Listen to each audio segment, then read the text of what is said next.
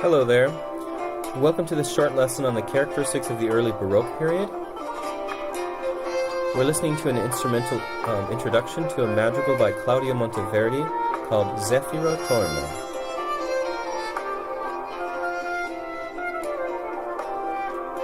Now let's get started. There were a lot of changes in music around the year 1600 at the beginning of what we now call the Baroque period, as a young generation of composers wanted to make a clean break with the past and approach musical composition in a new way. They called the old style prima pratica, and their new way of composing seconda pratica. And these are some of the characteristics of this new style in the early Baroque period. More striking contrasts between elements in the music to serve the drama, and along with that, exaggerated dramatic effects. Sudden changes in pace or sudden changes in texture. All of these, again, to create dramatic effects. The music was divided up into small contrasting sections to allow for greater amounts of contrast. And very important to the new style was the use of dissonance. Dissonance that was highlighted intentionally in the late Renaissance. In the prima pratica style, at least, dissonances were avoided or treated very carefully. There was more of an emphasis on the solo vocal line with the emergence of opera, as we'll see. And instrumental music also gained a lot of ground, particularly in the accompaniment of these vocal pieces. Another change between the late Renaissance and the early Baroque is now the polarization between a treble line and a bass line. Rather than a number of equal voices, there were two voices that became more important than the others. And this continued for many centuries.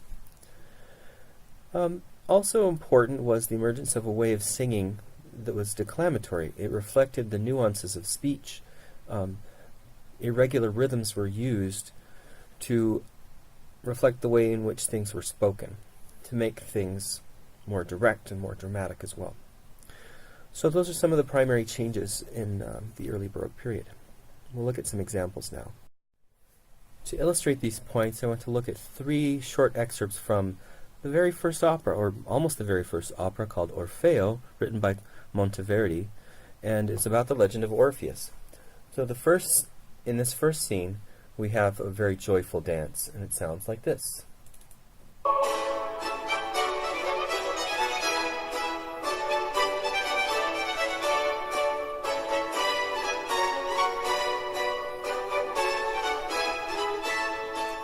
But immediately following that, we have a contrasting section where Orpheus learns that Eurydice has died. And then the very next scene, Orpheus sings a lament about the death of Eurydice, as he learns about it from a messenger. And here's a very contrasting style.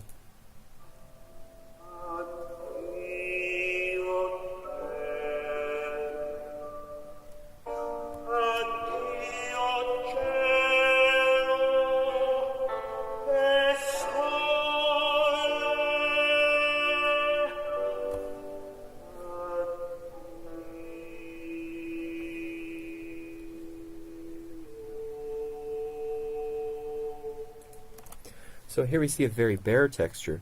In fact, all of this middle part is filled in by an editor, and all that has been written by Monteverdi is the vocal line and a bass line over which the accompanist would need to improvise the harmonies.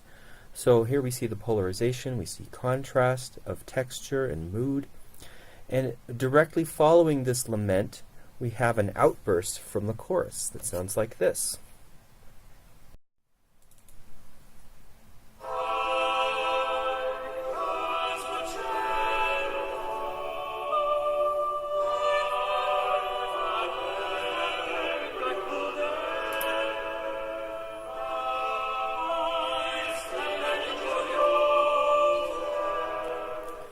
So another contrast, and also you hear within it some of these speech-like rhythms. So there's three brief excerpts that show some of the characteristics of the early Baroque period. We've been talking about Monteverdi. He's an Italian composer, very important in the development of opera, and also a composer of expressive madrigals. Some of the other composers from this period are John Doland, who's a lutenist known for his melancholy lute songs. What other kinds of lute songs are there? And Henry Purcell is, to this day, known as one of the greatest English composers. He was an organist and a singer. He wrote great melodies. And you can see some of the other composers of this period as well, mostly many of them from Italy. The genres that were important at this time are the madrigal. This is a polyphonic setting of secular poetry. And the goal of these Baroque madrigals was to paint the lines of text with musical effects. Opera developed right around the beginning of the 17th century. Before Monteverdi, there were some other settings of Orfeo by Peri and by Caccini. Monteverdi's was definitely the most successful. And this style of singing that I've been talking about, it was also called stile rappresentativo, was used in the recitative sections of the opera to move the drama along. So that was an important development for drama in music. Now I want to jump ahead a little bit to what is called the Middle Baroque period, the next 50 years of the 17th century, whereas the first part was more of a reaction to the late Renaissance style. The Middle Baroque period was more of a mellowing out period, in that the amount of dissonance was reduced, there's less frequent contrast, there's a greater sense of unity in the compositions, and most importantly, probably, is the emergence of tonality.